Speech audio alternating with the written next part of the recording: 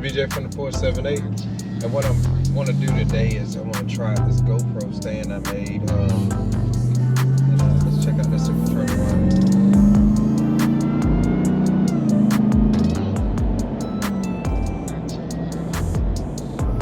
This is for a big hefty truck, and it sits up 3 inches taller than a regular Ram 1500, and it's wide body.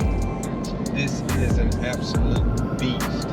When I first got it, I thought it felt a little sluggish to have 702 horsepower, but I've come to the realization that all it needs is a couple added pieces, because what they did was they got it under the 705 horsepower mark. They actually probably detuned it. That way I was spared, and all the other people on this planet were spared the gas guzzling tax. So the gas guzzling tax for these vehicles, like the Hellcats and all that good stuff, was $2,500 added on initially with your taxes and everything when you buy the vehicle. By coming in under 705, I didn't have to pay that tax, which is awesome. I mean, the tax actually went down to $21.99, right at $2,200, and it works better in your pocket, because I don't know if anybody can really fathom that $100,000, $999 always sounds better than $100. So if the truck was $107, then they slap you with the extra 2 or some change.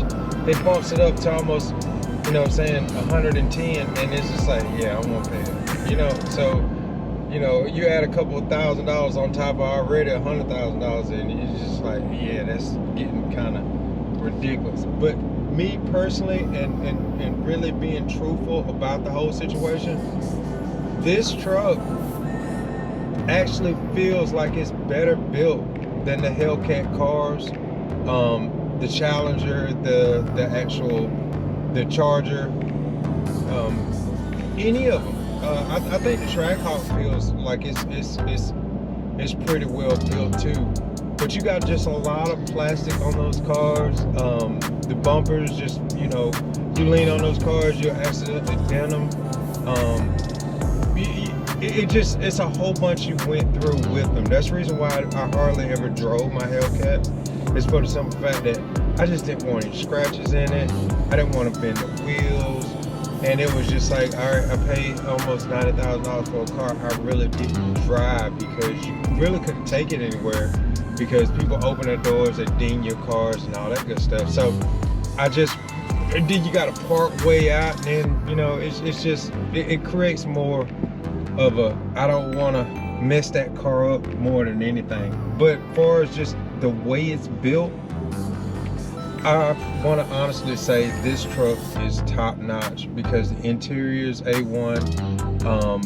The outside of the truck, just you when you wash it and stuff like that, you're not actually pushing on real thin sheet metal. It's well built. If you look up anything online about the suspension, and maybe, once it warms up, because it's cold as I don't know what outside.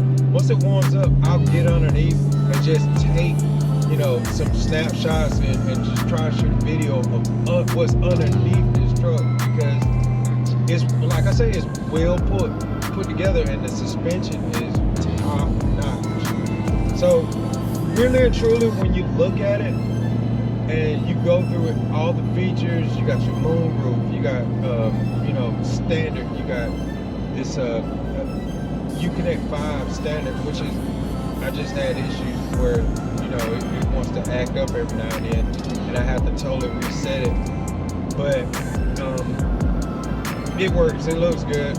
I'm just gonna overlook that one, you know what I'm saying? Hopefully they'll give me an update for it one day, and everybody else with a TRX and a Ram 1500, they're probably feeling my pain right now. So hopefully Dodge and Ram will figure that out and shoot out some updates, and we can get this little glitches fixed like they do the iPhones. So what I want to do is I wanted to show y'all, what this mount, is capable of doing, because like I said, all I did was took the little tray out, and I'll show you and how I really made it and what I made it out of.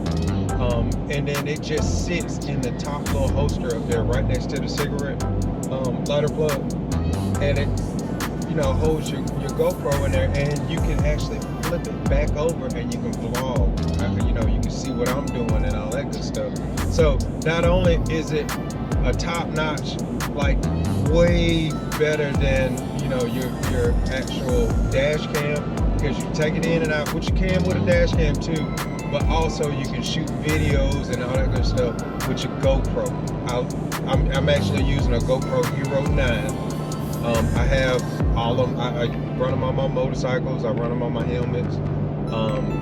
And I'm gonna make some more mounts that I'm gonna mount underneath the truck, and we're gonna hear what it sounds like outside. I want you to hear what I'm hearing. So we'll do that.